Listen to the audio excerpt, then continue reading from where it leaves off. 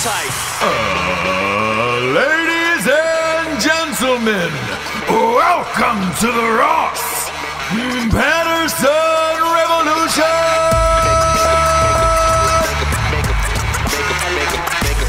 Brought to you by BlackRifleCoffee.com.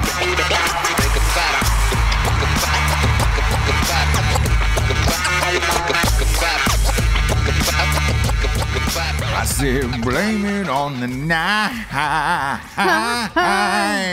Don't blame it on Jables. Don't blame it on Jables. What's up, Jables? What's up, dude? You look glowing. Do I? Yeah, you look great. Thank you. You really do. I've been gone you. for a while too. I was gone. Yeah. Am I looking good to you now? Hanging with all the celebs in Vegas, doing it. Oh yeah, doing it. Really living your life. My best life. My best life. I had a good time. We got a lot of work done. We got to see a lot of cool shit. It was awesome. You guys really did it this time. We did. I feel like it's growing. It just keeps getting bigger and bigger. It just keeps getting bigger. That Pastrana stuff. I mean, I know you're going to get into it. I will. But Jesus, the Travis Pastrana jumps live on History Channel, and then having that kind of exclusive access to it was phenomenal. The UFC championship was phenomenal. Got to hang with Dana White, which is it kind of looked like amazing. It was just you and Dana White in there. Was it? And Dan obviously. And Dan, and then like maybe Dana White's like family or something is what it looked like. And it looked like it was just a private show for you guys. It was crazy and a blast, and I'll get into all of it because I think the cool thing about me doing this shit is like I'll break it down to you like a real person of what went down, what these people are actually like and everything. And then you'll get to know where it's just like, all right, cool. You might meet so-and-so or, out at a bar or whatever and get a picture with them. But you don't really know them. Case in point, a few years ago, I took a picture with one of my best friends, Aaron Hernandez. Sure. Did I know that he murdered 2 people 2 weeks prior to that photo? No, I did not. But I didn't get a chance to chat with him. Sure. I wasn't really hanging with him. My buddy just wanted a picture with him. Had you chatted with him, you might have gotten a little bit of a sketchy vibe from him, a little nervous. Totally. So I didn't even bring it up of like, oh, yeah, I hung with Aaron Hernandez because I didn't. I just took his picture. Yeah. You didn't like meet him. No. I love when people are like, oh, yeah, I met him once. Yeah. Did you? Or did you just kind of snap a quick photo and get on about your biz? Right. Which is what I did with the Aaron Hernandez thing. Like, I didn't know, but it's still an awesome picture that I hold over your head every single day. No one loves murder as much as you do and murder mysteries. I actually got to take a photograph of a murderer who literally probably 2 weeks prior had killed 2 people. And it was, it was great.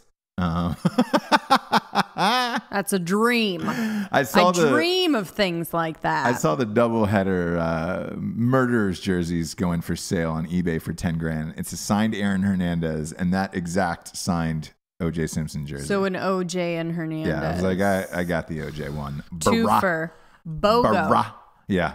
Well, it's not a BOGO. It's a BOGO. $10,000. You're definitely paying $10,000. Yeah, but which one are you paying $10,000 for? And then you get the other one for free. No, you're paying the most money for the Aaron Hernandez because you did not sign a lot of shit.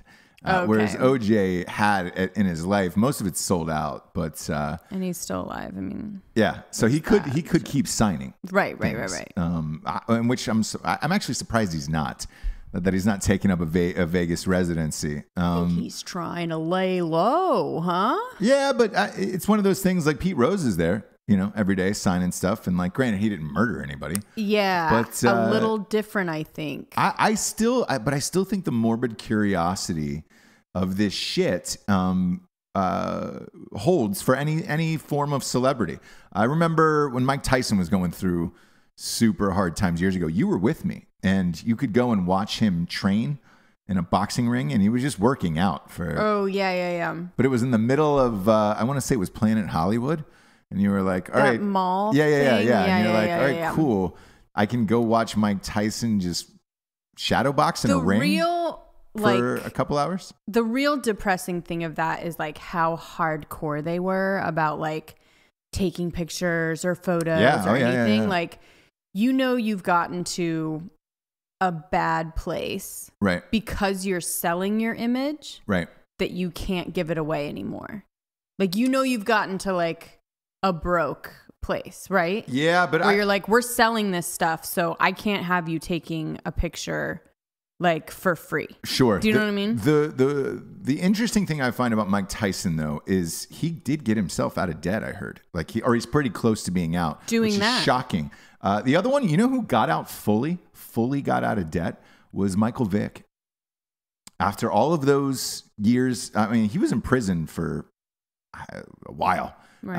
And then he owed, a gajillion dollars, and that contract for the Falcons fell through and all that other shit. Like, I did not think that he would, and he did. He repaid every last dime to the government, which is crazy to me. That is crazy. Yeah. It's sad when people do that. Repay their debt, yeah. To the government and all of it, that's rough. That's really rough, because that's just... money going out the window. I don't like. Right. Where is it going? Right. Where is that money going? It's not going to when fix. You're paying off your credit card, it's like that's a hard line. You see credit go up. You know. It's not as if you pay this money off and it like they're fixing potholes on your street. Yeah, you don't get to see like. It's just basically you're not getting letters anymore. Correct, and you're not building like a neighborhood park. No. Where it's just like, a new park for my neighborhood. That's where that money went. You don't see where that it's going to some illegals. Speaking of that, fucking healthcare somewhere. Where have you seen these Domino's commercials that if you have like they don't want potholes messing up pizzas on the way home or in delivery. Mm-hmm. So if you have like a really messed up road or like a pothole in front of your house, you can call Domino's and they will fix it for you. You're kidding. Mm-mm. Changing lives.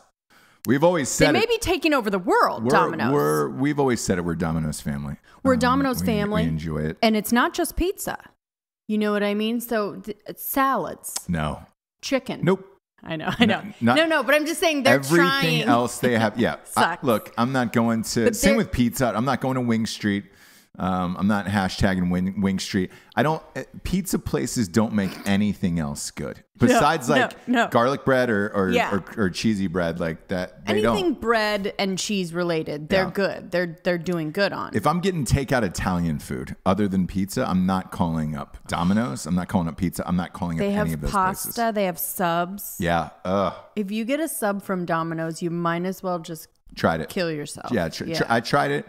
So when it first came out in Los Angeles, and they were like, "Oh, you can get the sub," and they were offering it for like $2 more plus the pizza, and I was like, fuck it, throw the sub on. I'll try a party sub from Domino's. Why not? Yikes. Mm-hmm. That was a miserable experience the next day. Yeah. Hot mayonnaise is never a good idea on anything. No. And a sandwich in general. The sandwich had been sitting on top of the pizza, like in the box, and it was hot. And I was just like, oh, God. And it was kind of wet. You know, when that bread gets wet on a sandwich kind of, and you're just like, I can't do this. I do. No need for that. Stay in your lane. You're a pizza place. Stay in your lane. Don't expand. And there's things that don't transport well.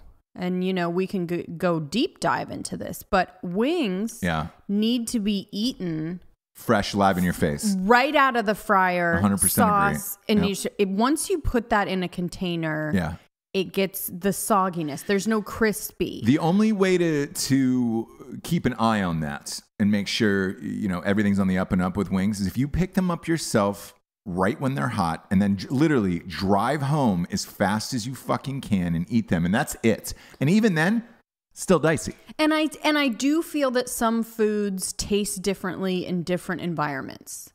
Yeah. So there's something a little bit depressing about eating a wing from a styrofoam at your house. Yeah, oh yeah. That changes the taste a little bit. Yeah. Whereas if you're in you're in the restaurant, the sports are on, the, waitress is bringing you stuff. Yeah, I can get down on that. It definitely changes. There's a whole like science behind it, but it definitely changes how things taste. Nachos, don't try and travel with those. No. And a sandwich. Jimmy John's somehow has it down, although they're garbage trash. But they somehow... Jimmy John's is garbage trash. Yeah, I've decided. Really? And I've given them 4 chances now. Okay. So I've given them 4 chances of going in, ordering the sandwich, trying different things, trying it different ways. It's a big heaping pile of garbage trash. I've only had a couple of theirs. I prefer Jersey Michael's. Yes, we are a Jersey Michael's family. And I've had a couple of sandwiches from, but it was the same sandwich. And it was fine. I'm not going to shit on Jimmy John's. My sandwich was fine both times. But I got the same thing, so I didn't try anything else. I don't love a sub place that you can't see what they're doing. I don't like someone to like take my bread, and I don't like my sandwich to just appear. Right. You want to see them make it. Subway, Jimmy John. You want to see like what they're putting on. You want to see the ingredients. Point to do this, and this. So with Jimmy John's, you like tell them what you want, and then like I'm like, can I get mayonnaise and salt and pepper? They're like, well, we have packets, and we have salt and pepper packets. And I was like, what? Oh, okay. That's crazy to me. Yeah. And I can't see what they're doing. You can't see how much they're putting on of stuff. You can't, so I've given them a try. And you're done. Done. Wow.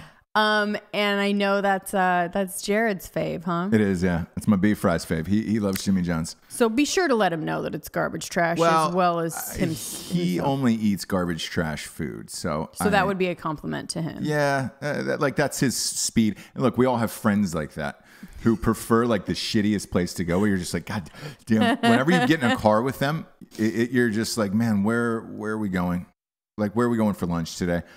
There's friends that you need to make the call for them every single time. Just be like, we're not going to that place that you ever again. Yeah. Yeah. The last 3-4 places with Jared have just been miserable, including Vegas.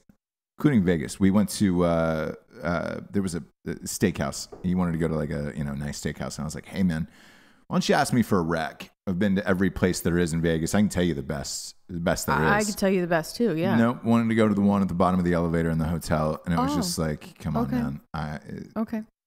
One of the worst steaks I've ever had. I'm not going to out the restaurant because I stay at this hotel a lot. Sure. But I was just like, man, and you overpaid for it, where it was just like, I can't. That's the thing. It's not about money, obviously. You literally just chose the wrong place. Yeah. It's not like I don't have money to go to Mastro's. Yeah. You know what I mean? It's like I have no idea about the wrong place. Yep. About places and things. But by the way, speaking of Masters, 2 days later on that same trip, once Jared left, took my buddy, one of my new co-hosts on Drinking Bros Sports Show that starts on Wednesdays, every Wednesdays. I took Dan there, and he was just like, God damn, this is fucking amazing. And he appreciated it? Oh, yeah. That's always great to find someone else that can appreciate food. I can. Whenever somebody takes me to their spot where I'm just like, oh shit, if I'm blown away by it, congratulations. I've enjoyed my meal. I think that's the thing about Jared. It's like it just doesn't. Food is food to certain people where it's just like, and I've heard get it in me. Yep. And then I'm gonna move on. I've heard Kevin Hart talk about that a lot, where he's just like, people ask him in interviews all the time, like, what kind of food do you eat? What do you like? And he's just like, I'll eat the same fucking thing every day. It's just to get it in me process and then get it out. Crazy. I know. Crazy. We got to get into sponsors though, Jabes. Sure. We could go along deep into some really important stuff about food. Deep dive.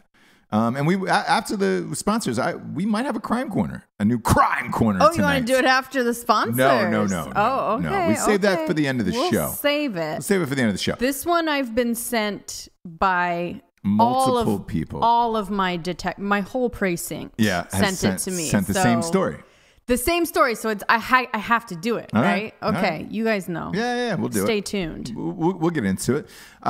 First and foremost, though, we're talking about the big guy here. Ooh. I'm gonna go single camera for the video folks at home on this, because kids, we are 27 days away from the release of my new masterpiece.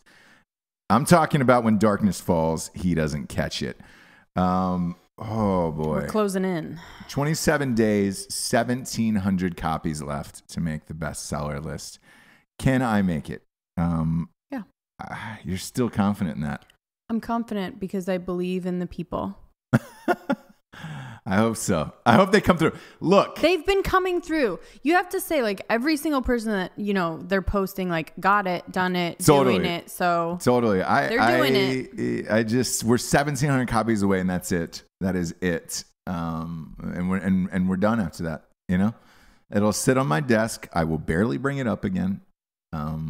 That's enough, the rest you guys. Of my Let's shut him up. Yeah, that's it. Just shut me up and just buy the fucking book. Once I hit the bestseller, we're good to go. When Darkness Falls, He Doesn't Catch It. Sequel to A Night She Cries While He Rides His Steed. Available on Amazon.com, BarnesandNoble.com, all the bullshit.coms. Amazon, though, I will say, is sending it to you on the day.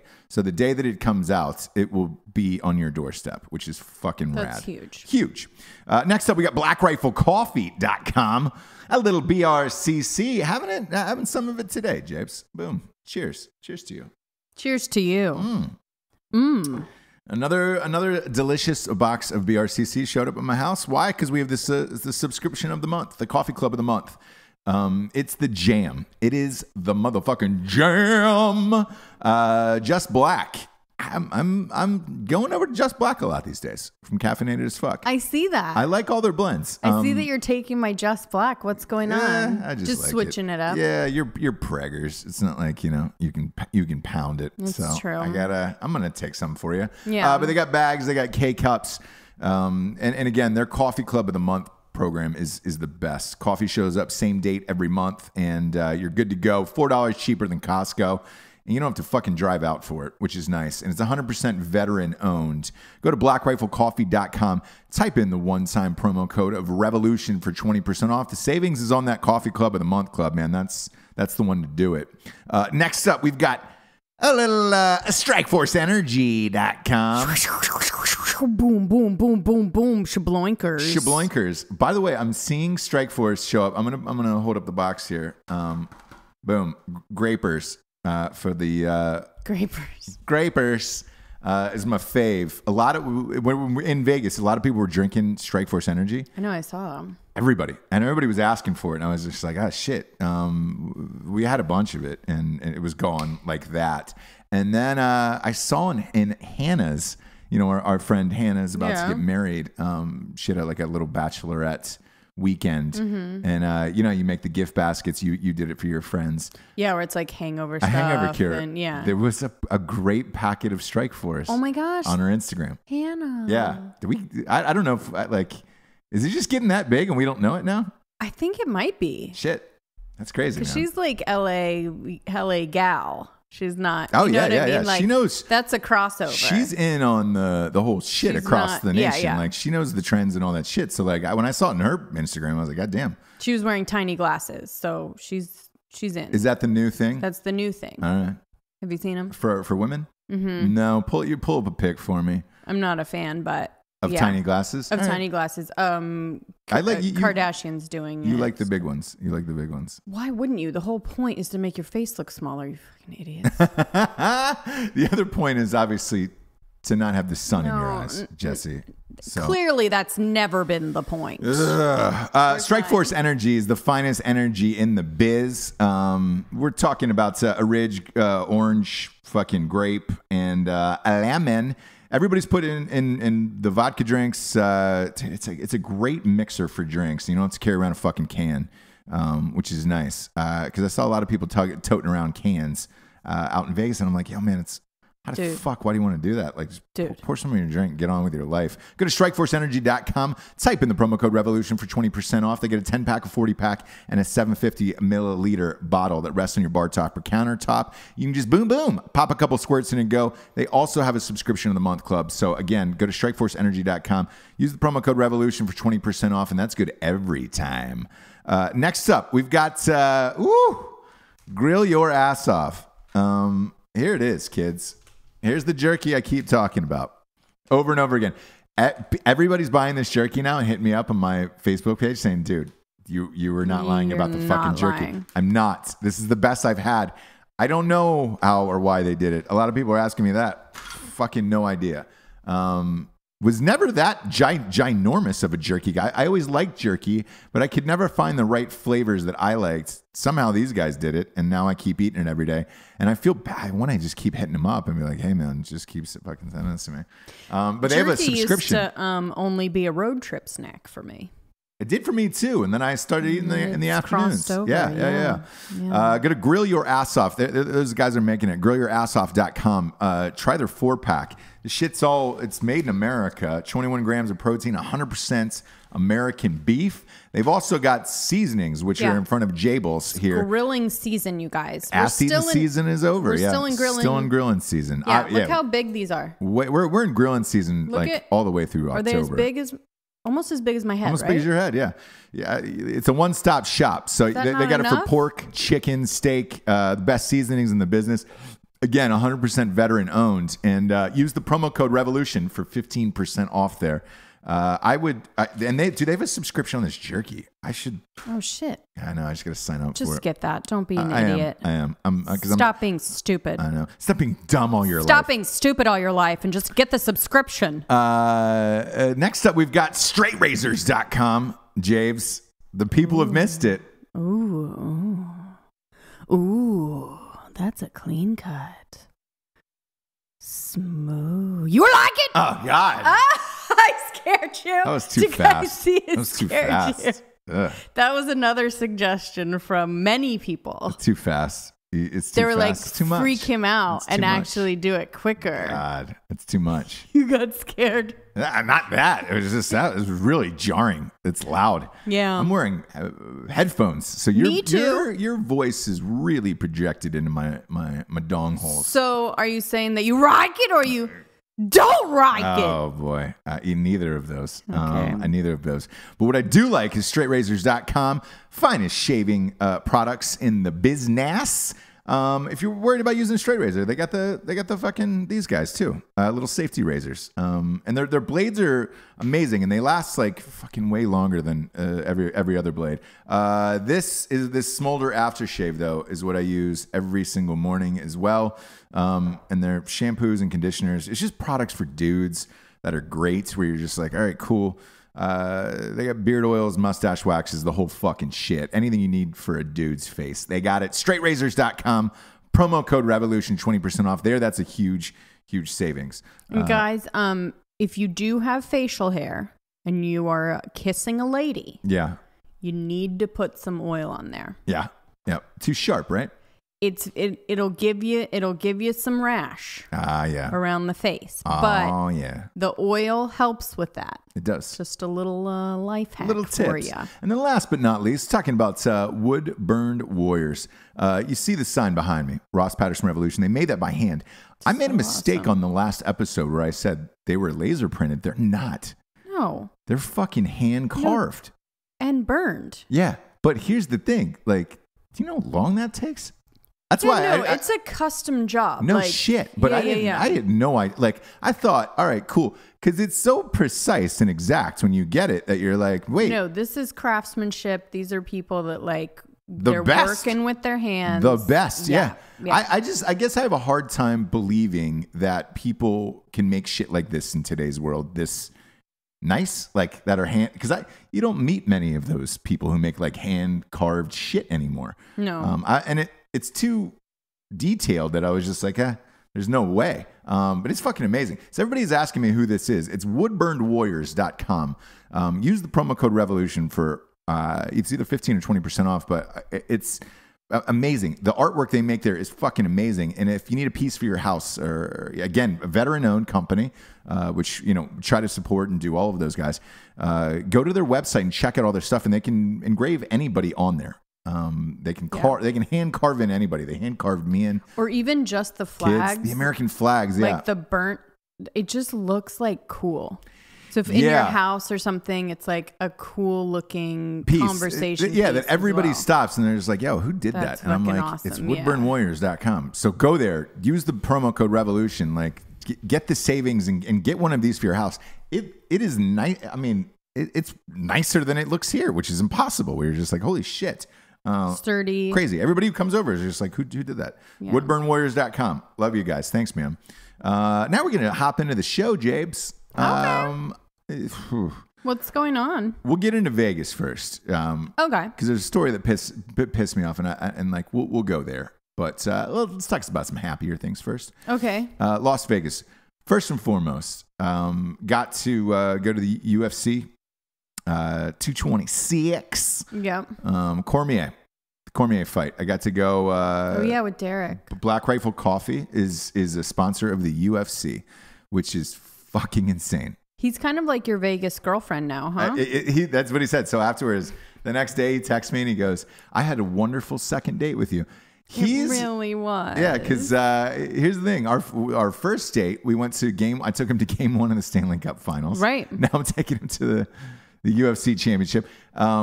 He's been on the show, one of my beef fries. Yeah. He's been on Drinking Bros a lot.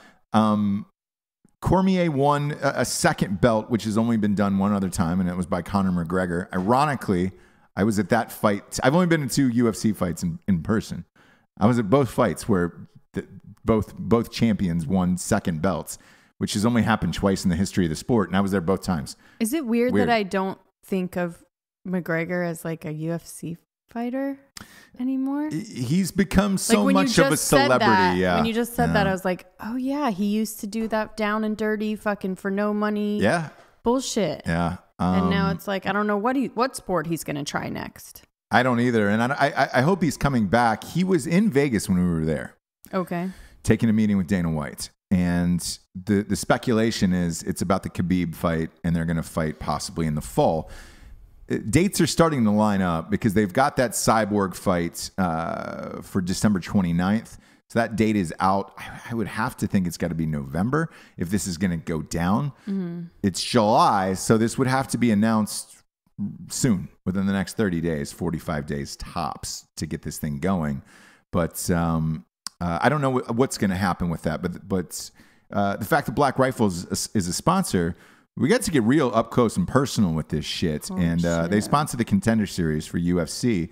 And, not only did I get to go to the championship fight on Saturday nights, which was amazing. All the cards were great except for one, which was horrific. And these guys wouldn't punch each other at all. And you were just like, yo. They're just like running away from each other. The entire fight. I hate that. So there was only like 5 kicks thrown. I don't even know if a shot landed, but they gave the winner of the fight, if you can say there was a winner, to the guy who threw the 5 kicks. The other guy didn't throw the kicks. And I saw Dana White walk over to Joe Rogan and was just like, cut the fucking interview. Because usually they interview the fighters in the ring afterwards, not only for the arena, but for the people at home who paid for it on pay-per-view. And he goes, don't you dare fucking interview those motherfuckers. Fuck them. Yes. They're out there. And I was like, oh shit. I've never seen that. And I watch pretty much every UFC championship, and like I've never seen someone not get interviewed, I don't think. Well, you don't know because they may be. Well, I sometimes I wait, but also look, sometimes I get up for food, but usually I can hear it on the background, or you go get a drink from the kitchen, you can hear the interview, and you're like, all right, cool, I know what's taking place. That one in person, I can tell you, they instructed him, do not go in the fucking ring. They don't deserve an interview. And it was awesome. And I was just like, good for, like, Dana White gives 0 fucks. It's a boss, dude. Boss. So then, so that was Saturday. Tuesday, I got to go to the Contender Series, which is incredible because these are guys that are trying to get a contract. They're fighting for a UFC contract. Therefore, they are kicking the shit out of each other because you got to go for broke, and that's it. Like those type of fights don't fly where you can barely kick each other. Maybe as a professional, and you can get away with one, but you cannot do that as a guy trying to get a contract in the UFC. Right. And there's only about 50 people there, and I would say 40 of them are family members. The rest of us that were there were sponsors or involved with the sponsors or whatever, and it was awesome because it's a full-size ring, cage, if you want to. Yeah, but it's like you're all just sitting around it, like in folding chairs. But I want to make it clear. It is a full-size octagon. So some people were like, oh, hey, maybe they shrank it because it looks smaller. No, it's just the venue itself is smaller, and it's in a warehouse essentially. So you go there, and it's you're kind of in a the back of a warehouse. So you're just like, all right, cool. It felt like a production studio, which it was. I mean, they ripped out the ceilings and put in lights and all of that stuff. They had jibs in there and everything, and that's definitely what it was made for. It was a little warm in there because you're in Vegas, and it was about 115. And when you rip out the insulation and put those lights in, it gets hot. Yeah. But in between fights, they were like, hey, would you like to go and chat with Dana? And I was just like, fucking A. Obviously. I would love to. Not only do I enjoy Dana White as a person, and enjoy his whole shit, his interviews are great every time. He's always extremely honest, which I like. But you wonder, and it's the same you wonder about everybody, celebrity-wise, how it translates in person, if they're really like that or not like that. And he was exactly what you hoped and thought he would be. Just a fucking cool guy, and like all business, because he's sitting across from you, and like you'd figure somebody that busy and that rich, because he sold the UFC about a year ago for $4 billion, and they kept him on to run it. And I think he's getting maybe I don't know, like fucking $40 million a year or something, just to keep it going or whatever. But like in these small fights and all this shit, like you can genuinely tell he was looking for the best people who were up and coming, and he was there. And not only that, but like to take the time that he did to chat with us was insane to me, where I was just like, dude, you're the busiest dude on the planet. And he was just like, no, man, this is what we do, and we love it. And he was just a cool fucking guy and a complete boss. Like A to B, just, hey, let's cut through the bullshit. Let's do this. Kick the shit out of each other. Let's try to get the best fights we can get, and just a complete businessman and professional, and just a rad guy. Like he's one of those people. And sorry to cut you off, but he's one of those people where you meet him, and you've had interactions like this with women sometimes when you're out, where you're just like, oh man, I wish we were bros in real life. Like I'd have that guy over for at my house every weekend. Totally. Like that kind of guy. I'm just fascinated with people that are always thought of as like an asshole, to really see why certain people think that. Like Mike Myers, for example, right? There's like, he's an asshole. He's difficult. He's just someone that knows exactly what he wants. And to certain people, Bourdain, he was an asshole. He hated stupid people. If you were fucking dumb, he wasn't gonna be nice to you. Sure. He just didn't want to talk to you. So he's thought of as an asshole. Dana White, he's fucking busy. Yeah. You know what I mean? Like he's busy. He's so busy you can't even fathom, right? So he may not have time to whatever talk, so you're going to be thought of as an asshole. So I'm always fascinated when, you get to, because you're on some level with them, you guys are sponsoring, you're able to actually talk to him as a person, being like, oh, he's just super busy. His time can't be wasted. Well, not only that, but like for a guy that busy, like he took the time to have a genuine conversation about life and the fights and Saturday night and everything else. Like he apologized for how hot it was in there. And I was just like, bro, I don't. Because he had the time to do it. Yeah. Because it was the place to do it. You weren't like coming up to him in like an airport when he's like trying to get to it. You know what I mean? Like, or something where he would be thought of as a dick, or he makes certain business moves for himself or his company that piss people off. Sure. You know what I mean? But in the grand scheme of things, he's just a normal dude trying to like make his business work. Yes. And he is the guy. So I will say this, there was nobody else of like, he didn't have any handlers, any assistants. Just him. No. And you were like, cool. I'm also respectful of other people's time as well. So even though we broed out, and it was rad, and I probably could have sat there and chatted with him for a half hour. You're like, you have to go. I get it. Yes, like, and I understand production and all that stuff, where I'm just like, great, you have a busy schedule and all that stuff. Like, I'll see you at the next thing. But it couldn't have been a nicer dude, and it's just, he gets it, man. And again, like, I've been involved in that shit for so long. Like, I get it too. I'm not going to burn your time talking about, some fucking worthless story, or about, what's Conor McGregor going to do next? Because I saw that as well taking place, and you're just like, oh boy. Because you can be thought of as an asshole on set. I can. But I will say this, it's the same thing as like Dana, where it's just like, hey, it's about time and just not fucking things up and just doing it right. Otherwise, like I'm a good dude on set, but if there's mistakes and problems or just a waste of time, then that's when I get pissed off. And you could tell it was the same way with him, where it was just like, shit, all right, fuck, let's move on. When people aren't doing their job, and it's affecting your business or your job, people get pissed. Normal people get pissed. And the crazy thing about the Contender series is like, again, with them, these guys kicking the shit out of each other, knowing this is their one shot in front of Dana White. It felt like an audition to me, where like I've had huge screen tests for like Spider-Man and, you name it, like Cameron Crowe and shit like that, like where it's as big as the stage you could possibly get. And, you hope you do well and all that other stuff, and then you give it your best. I've also had other screen tests where it was super important and I was sick, and it's just you blew it, and you blew it going out of there. And these guys, like as they were going into the ring, you could see it on their faces where they're like, "Shit, I am fucking 10 feet away from Dana White. It's just him. He's literally watching my fight. This is going to determine." My life, because all their families were there. All the fighters' families were there. And they never have a good story. Now, listen, a boxer or a UFC fighter, it's never like, I grew up in Aspen. Yeah. With my perfect family and a mansion. And now I'm just decided to fight for nothing. Yeah. So there's always so much behind it, too. So there was so much pressure. So when you're watching it, especially in person, and it's that close, and they're kicking the shit out of each other, like... the first guy, because the doctor's area too, like you always see it on TV where you're like, oh, where do they go? Like they've got to go into like some tunnel for a doctor's area or something. It's like, no, they don't. It was just a doctor's table set up with like a little tiny tent over it. And you could just walk by because it was next to the restroom. Oh God. Since there's only like 40 or 50 of us in this place, the restroom is just a one unisex thing where you're just like in in and a out. strip club. Yes. And the strippers are getting ready as you're... Exactly. So you're like, what the...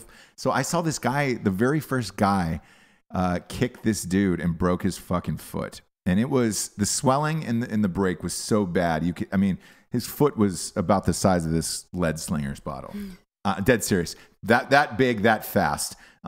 Puffed up, and you were just like, oh my God. And, that guy's dream was over. Done. In 3-4 minutes. Back to Aspen. Yeah. But to his credit, this motherfucker tried to limp through it and was just taking endless shots to the face. There was so much blood. And the doctor finally stepped in and was just like, hey, we can't. He's got a broken foot. This is over. Oh my God. But like, things like that where it's just like, the once in a lifetime experience to do that. Because again, it's only families and sponsors like the general public can't go to those things. It was fucking awesome. Dana was great. I read a really surprising exchange the next day on Twitter or on Instagram about one of the fighters over the weekend and stuff like that between him and Brendan Schaub. Well, him and Brendan famously hate each other. Has this been? I didn't know this. Has this been going on for a long time? Because I don't. It had something to do with the Reebok deal. Back in the day. Gotcha. Something. I mean, obviously, I don't. I just figured because Brendan announces a lot of that shit that maybe Bellator, right? No, he did UFC? The McGregor fight. The McGregor, Showtime.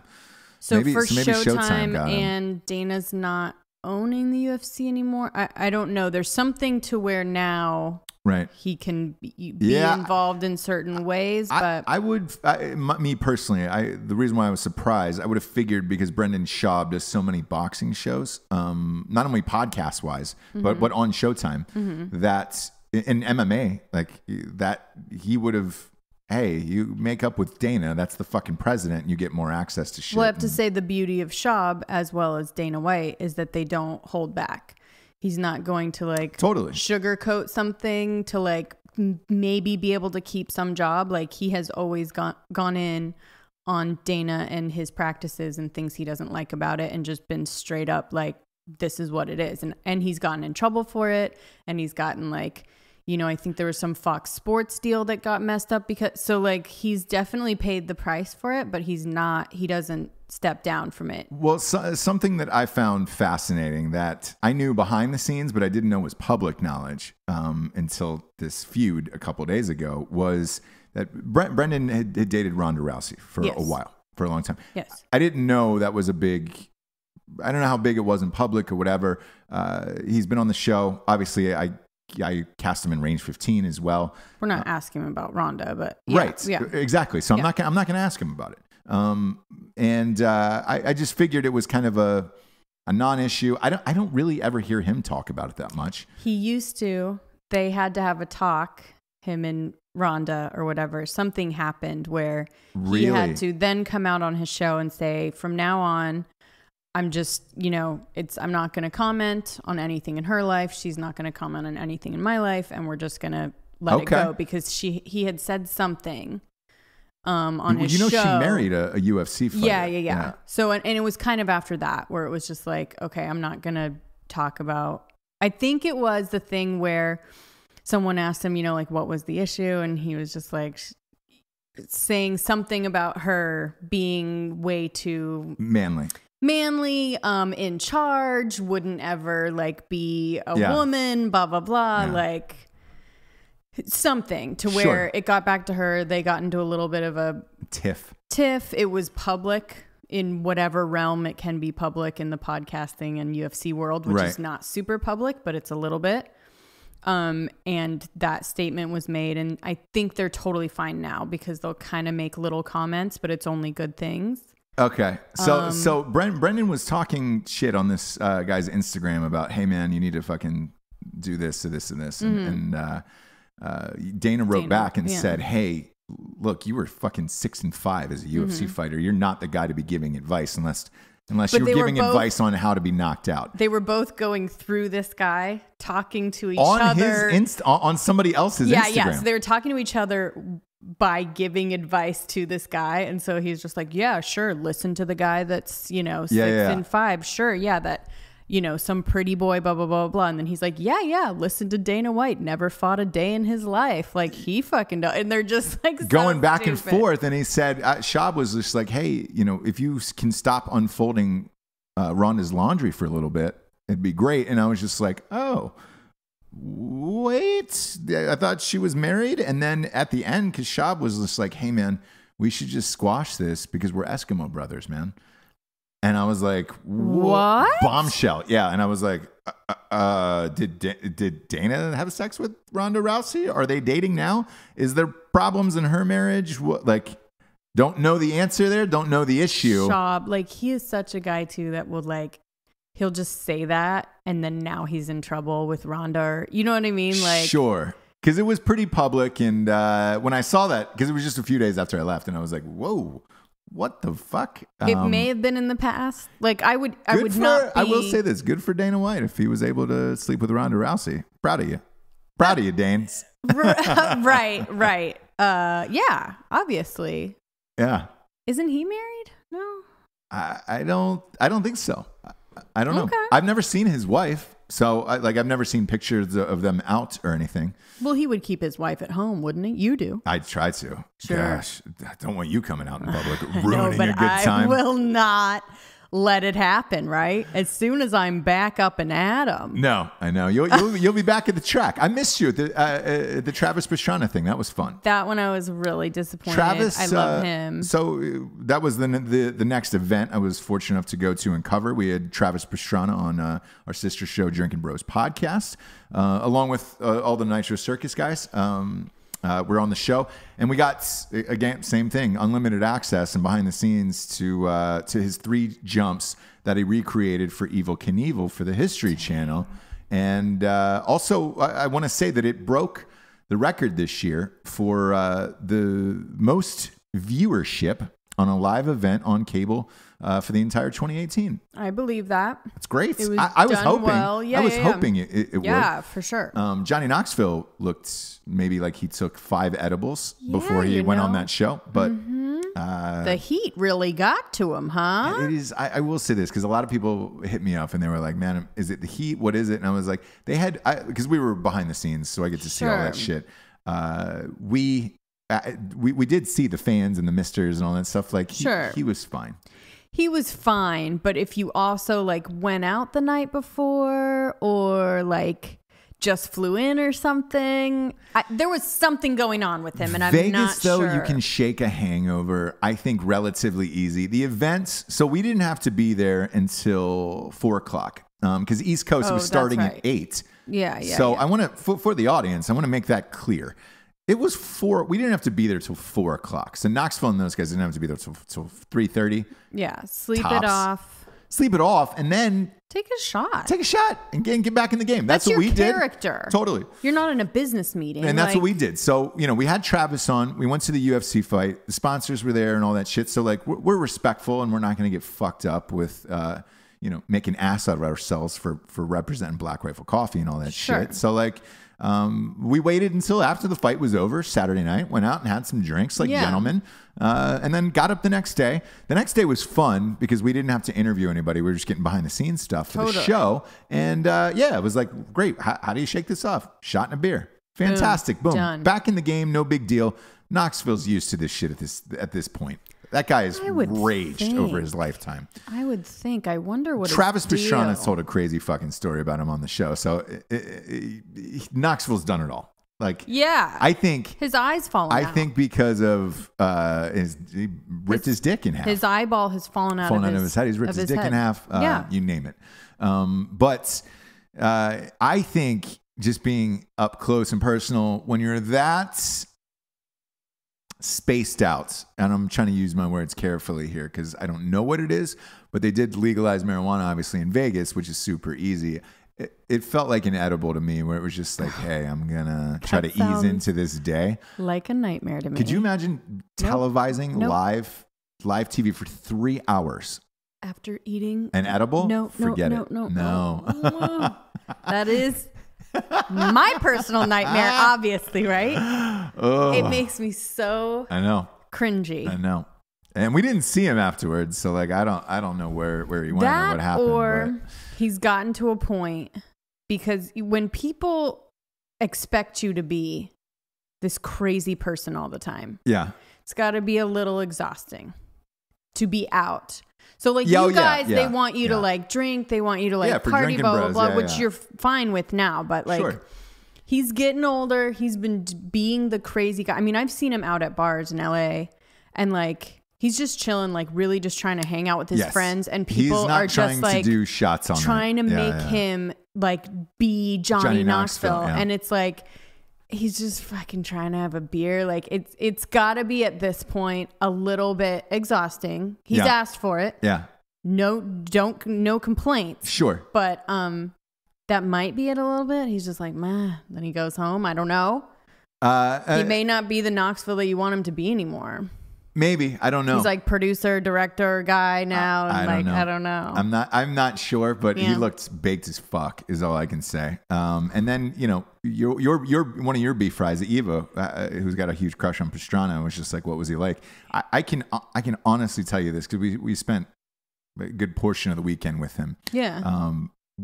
One of the nicest, most genuine guys you will ever meet. Like that persona on TV is not a fucking put on thing at all. Like he is that fucking nice all day long, and he's that positive. And I will say that's almost exactly what Knoxville was saying. Oh, on television? Yeah. Because we didn't get to hear the feed. No. Not that you heard it, but I'm just saying like that's the sentiment from pretty much everyone that's like close with him. It's true. Like he's one of those people where you don't meet too many people where you're like, man, if my son grows up to be like that guy, you're good to go. And that he's one of them where you're just like, man, amazing. And very family oriented. His wife and his kids were at the event. They were with him the entire weekend.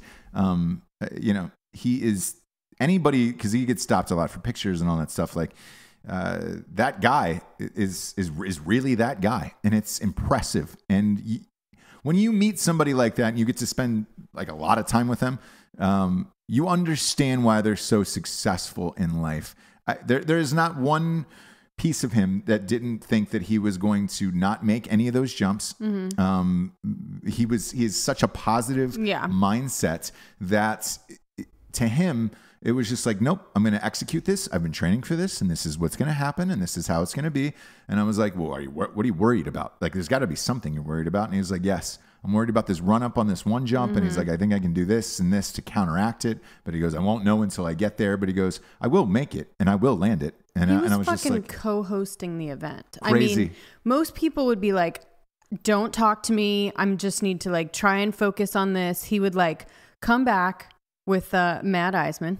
Boy, best to ever do it. Yeah, he's good. He's a good announcer. I know it's a weird guy to like, but anyway, weird, but yeah. Why is he still alive? Anyway, no, so he's fine. He's propped up. Yeah, he's just kind of boring. Very Weekend at Bernie's, and they're just feeding things in his ear. You know, Sal Masakela's been going to these X Games for like 30 years at this point. I know, and I've never understood they it. party so fucking hard. Those guys rage, and so I'm sure he's just like exhausted. But he's never had energy. It's not like, when he was younger. It's not like, when he was younger, I get why they still keep him on. Like, he's always been that person. Yeah. But anyways, what was I saying? About Pastrana. Yeah. So he's coming off the jump that he just did, and he's going to like co-host and like hype up the next thing, and then like, take pictures. He's high-fiving people, and then on to the next thing. Like he was taking pictures with kids between jumps that you couldn't see on TV, and I was just like, holy shit, man. It's insane. It's insane. And that's how talented he is, and such a great guy. And like, I can't overstate it enough, because it's one of those people where I bitch a lot about people, a lot on the show, about how much I hate people. Sure. I don't probably give enough love to people that deserve it. That is awesome. Yes. Yeah. That's one guy that is fucking awesome. Dana White is one guy that is fucking awesome. Like, I had a great experience with them all the way around. Right. I met some cool people, and man, it was awesome to be there in person. I wish you were there. You would have enjoyed it. I was, like I said, definitely jealous of that one. I don't get jealous of all of them. Yeah, a lot of them are work and doing your thing. Yeah. But some of them, it's like, you fucking dick. Yeah. You're a dick. Me bombing absentee. There was one thing that didn't make it to air that you didn't see. Okay, what? Something bad? No, it was hilarious. So we were we were with Travis and the Nitro Circus guys, and like so there was a roped off VIP area and like a tent with an air conditioner in a bar for us, right? That wasn't available to the public. Sure. And they were doing interviews with people like live on TV, which you were watching it live on TV. I love a bar that's not open to the public. God, it's nice. Damn it. It's nice. So I get 3 Budweisers. Sure. Oh yeah. Okay. And I start going behind people because I know where the camera is. Yeah. And I go all 3 in my mouth at the same time. And it's live inside there, but it's tape delayed for the people at home. Yeah. So the crowd, there was like thousands of people at the event, are going bug fuck. As you're just pounding beers. This female producer is just so pissed off. She's like, get out of the shot. Get out of the shot. Get out of the shot. And I was like, oh, and I just, so wait, here's the beauty of it. How embarrassing are you? So the first time I went through with 1 beer, right? No bigs. Second one, I went through with 2 beers. Sure. Third with 3 beers. Wow. The level of anger of this woman was just like, can we just... You're a nightmare. No, that would have been the best ever home footage of all time. There is a rumor that there is footage of it somewhere. We have not located it yet, but when we do, but it was the talk of like the after. It was the talk of the after party event, like after the jumps, wherever everybody's like, "Oh my god, did you see that guy continuously chugging beers live on camera?" It was fucking awesome, and everybody thought it made the live feed at home, and it didn't because it was tape delayed. And I was just like, ugh. Somebody had to, because it was on the jumbotron, this huge jumbotron. I was like, somebody's got to have this. Yeah. So we're trying to locate it now, but if we can, it was so golden. I love shit like that. I love people in the background. I know. Doing shit that they shouldn't be doing. It makes things fun. It's a blast. Makes like events or interviews that are boring or whatever. Like that news coverage we watched this morning where they rebuilt that lady's house after the flood. And then she was like, I am so grateful. In the background, you saw a huge piece of drywall fall down from inside the house. A wall just came down. Collapsed. And she's still talking because she didn't know. And she's still talking happy. Bless. And it's on the local news. And I was like, oh boy. Those are where all the gems are, by the way. Oh, the gems. I tried to get on the local news the other day too. I'm great on live TV. I should be live all the time. Right. They don't agree. But yeah, they clearly don't agree. But that's okay. And the last thing I want to touch on while I was out there was everybody kept talking about this new Sacha Baron Cohen series. Okay. What is for this? Showtime. It's called What Is America? Okay. It starts tonight. Okay. And it's going to be like the Ali G show. He's playing characters. He's fooled a bunch of people. And every day for like the last week, they've been talking about who they got. One of them was Sarah Palin. I guess he disguised himself as that shit makes veteran me uncomfortable. in a wheelchair. I know. I can't. And before we went on air, Deadline, which is my insider go-to site for everything Hollywood, they reviewed it, the 7 series thing, and they were just like, ugh. It's uncomfortable. Yeah, and they were like, it doesn't feel funny anymore. They were like, Borat and all that shit was funny back in the day. It was, but it made me uncomfortable. Yes. A lot of it. Same. Yeah. Same. And I'm going to give it a peek-see. Sure. But it was... nothing else on. Last minute, this was just announced like a week ago. So they've kept it a surprise for all this time. And now this seven-part series is going to air of him doing these new characters. So we'll give it a peek-see. But everybody was talking about the new show. And I was like, oh, fuck. They were like, have you heard about it? And I was like, actually, I haven't. And that's kind of his shtick. Yeah, it's the way that he gets away with it. It's the way that he gets away with it. So like people were coming up to me going, dude, you ever read the thing? And I was like, no. But I was like, he doesn't put any castings out. He doesn't put any postings out. Somebody else does it for him. The extreme lengths they get to get these people on camera and, fool them and all this shit. Like, I mean, they'll set up real websites, real organizations, real phone numbers, real people answering the phone, secretaries, the whole shit in a production office. So that way, when you call like Sarah Palin's publicist and shit, they said they called like to triple check all this stuff and all of it checked out behind the scenes, but they set it up for months like that so they can fool you. And I think it was Roy Moore, the gubernatorial candidate for Alabama who lost. He threatened to sue. But I can tell you this, you sign release forms. So there's nothing you can do on that. No. I know on that last movie, I believe the production was sued 47 times and they didn't lose. So yeah, they definitely know how to cover their tracks. Yeah. So we'll see. I know you hate uncomfortable shit like that. So I can't wait to sit down with you. What's the point of like fooling Palin with a veteran in a wheelchair? That's almost... I'm with you. I don't know. And this is from her mouth, not his. So we'll see what it is, but it starts tonight and we'll find out. Oh, God. We'll find out what happens. Oh, good. But I teased this as the top of the show. Oh. We have a crime corner. Crime corner. Crime corner. We do. It's been a while. It has been a while. I've gotten this one's too big to ignore. Oh. I wonder, should I do it like a news 2 camera? Do it. Look, yeah, I'm going to stay in the 2. I'm going to stay in the 2, but I'm going to put his picture up behind me because the picture is money.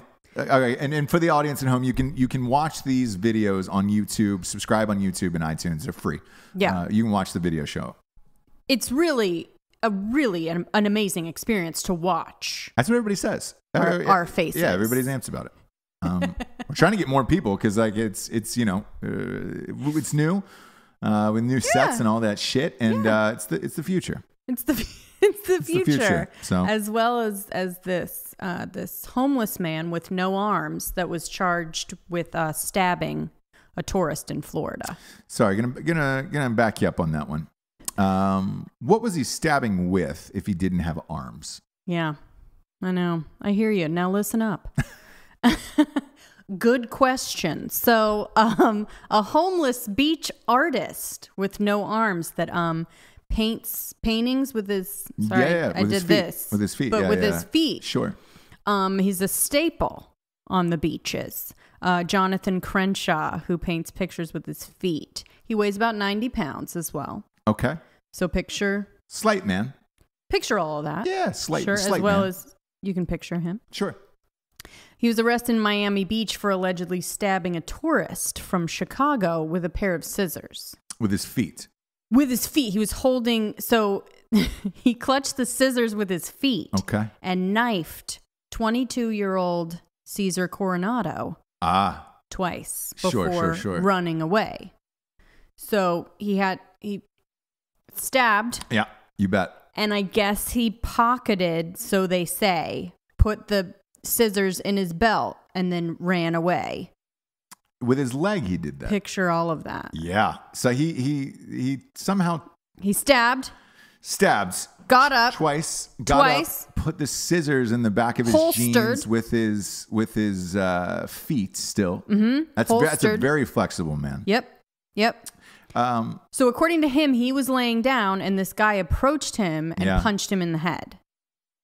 And he stabbed him because he's homeless. He lives on the beach. He paints. It's like Venice, right? But Mr. Coronado told the police. Yep. That he stopped and asked him for directions. Yeah, that happens. And you get stabbed late at night. Yeah, late at night. I'm gonna go with this one here. Don't know anything about this case. This was obviously Florida. Obviously, yeah, Florida Miami Beach. Yeah. Gonna go ahead and state the obvious here that Caesar deserved this. Simply for the fact of this. If you can't see a man with scissors on his feet stabbing you, right? Chances are you deserve to be stabbed.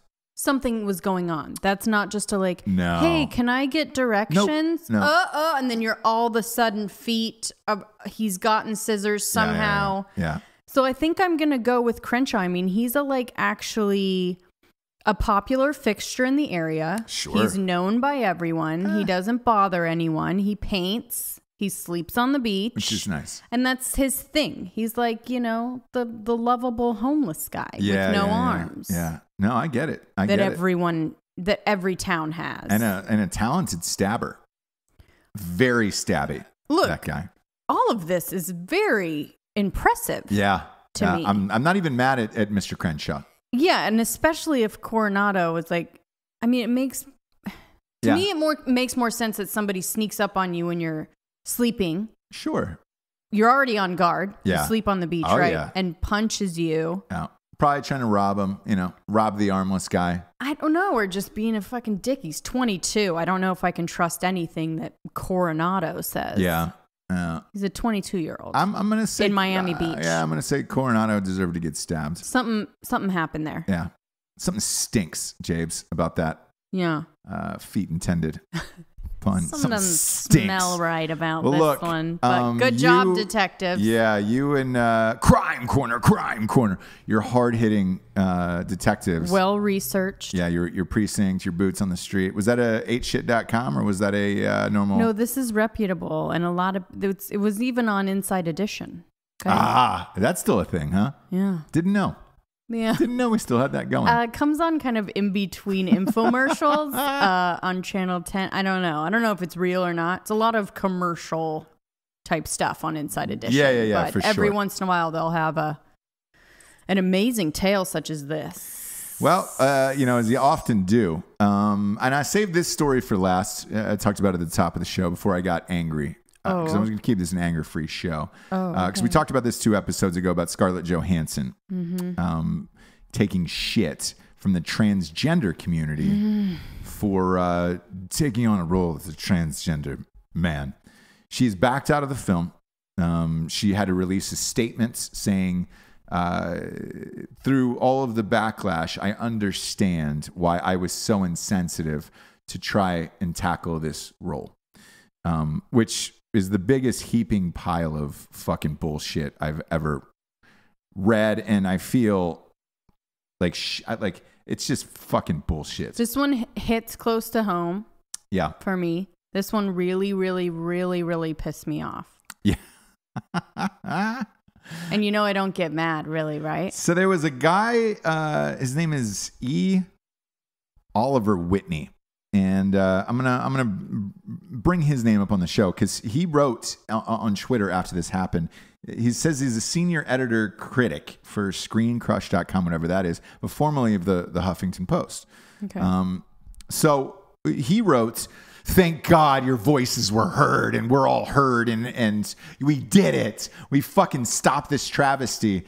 And I just responded to him on Twitter, and I said, "Hey man, you didn't." And I was like, if you think somebody else is going to step into this role and do this now, you're wrong. This will never, ever get financed now in a million fucking years with a transgendered person as the lead. Look, again, I've said this a million times and I'll say it a million more. There's not that many transgendered people in the world.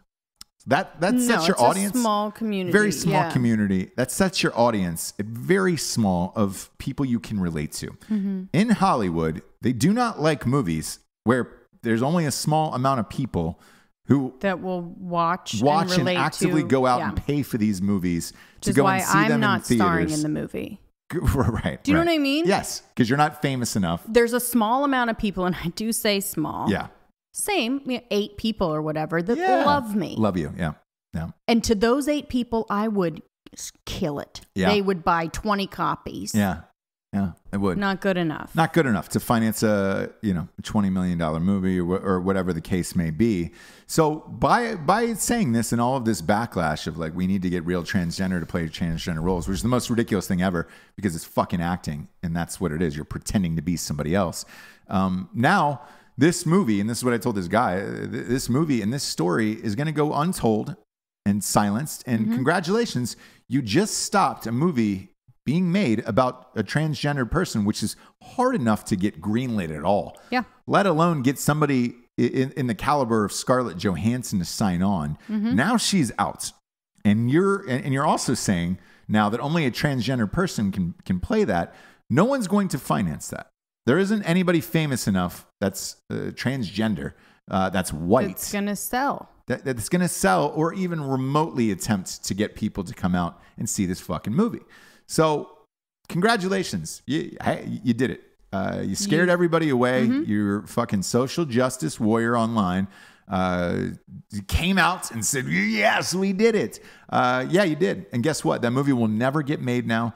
Ever. So I read the book or find out about this guy, whoever fucking Tex is, the guy that, she was going to play, because that will never go mainstream now in the rest of the world. Yeah. You guys let him know that he almost got a movie made about his life that people would actually watch. And you guys squashed it. Yep.